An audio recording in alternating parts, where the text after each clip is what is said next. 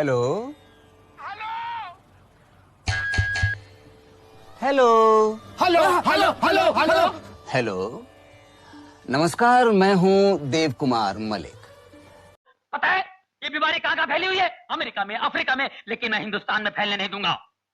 अपने इस पवित्र देश को अपवित्र होने नहीं दूंगा। पता है इसका नतीजा क्या होता है? 2020 में किसको मुख्यमंत्री देखना चाहते हैं? मैं हो जाती तो बढ़िया रहा। Roll number 1 present sir. Roll number 2 present sir. Roll number 3 present sir. Roll number 4 pregnant sir.